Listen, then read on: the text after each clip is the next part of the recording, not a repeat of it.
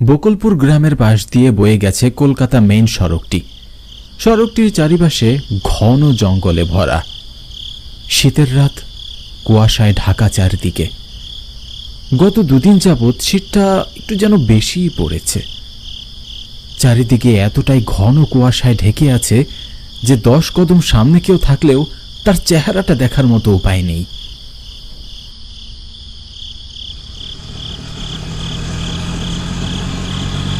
আমি সুভাষ, গত 25 বছর ধরে সিএনজি ড্রাইভার। অনেক শখ করে পড়াশোনা করেছিলাম যাতে বড় কোনো চাকরি করতে পারি, কিন্তু পড়াশোনা শেষ করার পর বুঝতে পারলাম চাকরি অত সোজা নয়। আমার মতো যারা চাকরির আশায় পড়াশোনা শেষ করে বসে আছো তারা নিশ্চয়ই আমার কষ্টটা বুঝতে পারছো। চাকরির জন্য অনেক চেষ্টা করেও যখন চাকরি নামক সোনার হরিণটাকে আর ধরতে পারলাম না, তখন বেছে নিলাম এই পেশাটি। তবে সিএনজি চালিয়ে দিনকাল বেশ ভালোই কাটছে আমার। প্রথম একটু সমস্যা হলেও এখন ভালোই চলে যাচ্ছে।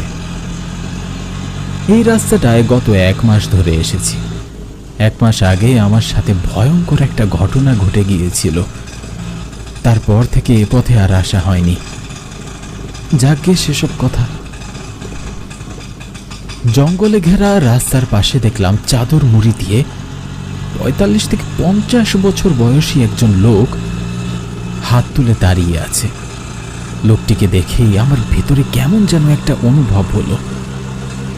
ভাবলাম গাড়ি থামাবো, আবার মনে হলো না, এই ঠান্ডার মধ্যে লোকটি হয়তো অনেকক্ষণ ধরেই দাঁড়িয়ে আছে, কারণ হতে পারে এই পথে গাড়ি খুব কমই চলাচল করে। তারপরে আমি গাড়ি থামিয়ে লোকটিকে জিজ্ঞাসা করলাম, কাকা কোথাও যাবেন? লোকটি আমাকে সামনের দিকে হাত দেখিয়ে বলল, বকুলপুর 78 মাইল। ঠিক আছে, আমি তো সেই পথেই যাচ্ছি, আপনি উঠুন না, আমি আপনাকে নামিয়ে দেব।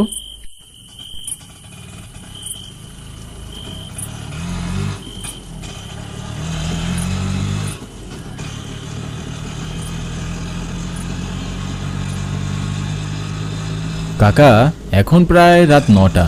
আপনি এত রাতে জঙ্গলের পাশে কি করছিলেন? লোকটি আমার কথার কোনো উত্তরই দিল না। লোকটিকে চুপচাপ দেখে আমি তার অবস্থান বোঝার জন্য গাড়ির সামনের মিররে তাকাতেই যা দেখলাম তাতে আমার নিঃশ্বাস বন্ধ হয়ে যাবার উপক্রম। কি কুৎসিত ভয়ঙ্কর চেহারা তার। মাথা দিয়ে চুইয়ে চুইয়ে রক্ত বেয়ে পড়ছিল। আমি না গাড়ি থামাতে পারছিলাম আর না ঠিক মতো গাড়িটিকে নিয়ন্ত্রণ করতে পারছিলাম। লোকটি আমার এরকম পরিস্থিতি দেখে ভয়ে হাসতে শুরু করলো।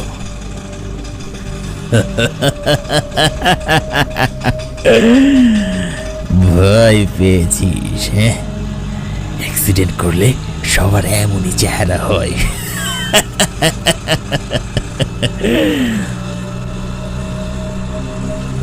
ভয়ে আমার শরীরে শীতল স্রোত বয়ে গেল। মনের মধ্যে অস্থিরতা চলতে লাগলো।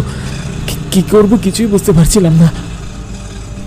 আমি মনে মনে ভাবলাম গাড়ি থেকে লাফ দিব, কিন্তু তখনই দেখলাম সামনের বোর্ডে লেখা আছে বকুলপুর, আর সামনে অনেক মানুষ ভিড় করে কি যেন দেখছে।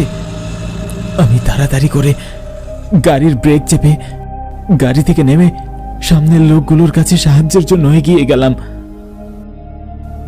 আমি লোকজনের ভিড় সরিয়ে ভেতরে ঢুকে দেখলাম একটি লাশ পড়ে আছে, আর এটি হলো সেই মানুষের লাশ যে এতক্ষণ আমার গাড়িতে বসেছিল। লাশটির মাথা বেয়ে রক্ত বয়ে পড়ছে। আমি সেখানে উপস্থিত লোকগুলোকে উদ্দেশ্য করে বললাম, এই লোকটির কি হয়েছে? সবাই আমার দিকে ফেল ফেল করে তাকিয়ে শুধু দেখছিল। তাদের চোখগুলো ছিল রক্ত লাল।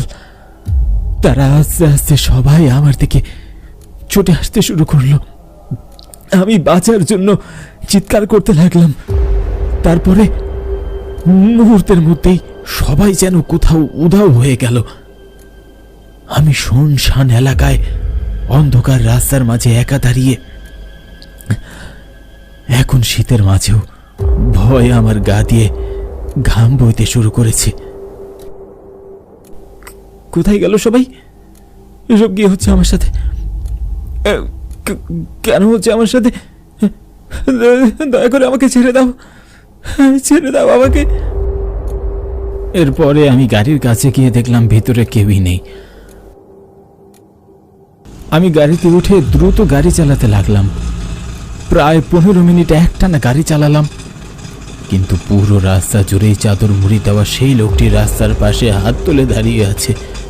তারপরে আমি গাড়ি থামিয়ে দেখলাম আমার সামনে একটি বোর্ডে লেখা বকুলপুর 78 মাইল। তার মানে আমি একটানা গাড়ি চালিয়েও এখানেই আছি।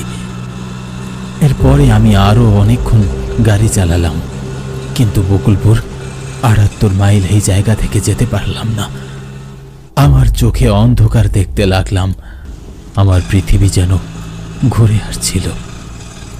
একসময় সেই লোকটি আবারও আমার সামনে এসে হাসতে লাগলো। আমি আর নিজেকে সামলে রাখতে পারলাম না, জ্ঞান হারিয়ে ফেললাম, মাটিতে লুটিয়ে পড়লাম। জ্ঞান ফিরল পরের দিন সকালবেলা। জ্ঞান ফিরতেই দেখি বেশ কিছু লোক আমাকে ঘিরে দাঁড়িয়ে নিজেদের মধ্যে কি যেন বলা বলি করছে। আমার জ্ঞান ফিরতে দেখে তাদের মধ্যে থাকা একজন লোক বলল, কি মশাই, রাতে মনে হচ্ছে গাড়ি আপনি জোরেই চালিয়েছেন। শুনুন, আজ থেকে ঠিক 1 মাস আগের কথা, আমাদের গ্রামের রঘু কাকা মেয়ের বাসা থেকে বাড়ি ফিরছিলেন। বকুলপুর 78 মাইল এই বোর্ডের কাছে গাড়ি থেকে নেমে লোকটি রাস্তা পার করার জন্য বের হলেন। তখনই রাতের অন্ধকারে এক সিএনজি অনেক দ্রুত বেগে এসে তাকে ধাক্কা দিয়ে চলে যায়। বেচারা কাকা বাবুর মাথা ফেটে চারিদিকে রক্তাক্ত হয়ে যায়, আর সে সেখানেই মারা যায়। তারপর থেকে তার অতীত আত্মা এই রাস্তায় ঘোরাফেরা করে, আর যেই সব গাড়ি এই রাস্তায় দ্রুত গাড়ি চালায় তাদের সাথে কোনো অঘটন না অঘটন ঘটবেই। তাই বলছি মশাই, একটি দুর্ঘটনা সারা জীবনের কান্না, বিদায় সবার উচিত সাবধানে গাড়ি চালানো। লোকটির কথা শুনে আমার মাথায় আকাশ ভেঙে পড়ল। কারণ এই লোকটি যে কাকার কথা বলছে তাকে আমিই মেরেছি। আজ থেকে ঠিক 1 মাস আগে আমি সেদিন সারাদিন গাড়ি চালিয়ে বাড়ি ফিরছিলাম। তখন হঠাৎ আমার ফোনটি বেজে ওঠে। তাছাড়া ফাঁকা রাস্তা দেখে আমি অনেক জোরে গাড়ি চালাচ্ছিলাম। ফোনটি কানে লাগিয়ে হ্যালো বলতেই হঠাৎ করেই অন্ধকারের মধ্য থেকে কিছু একটা আমার গাড়ির সামনে চলে আসলো।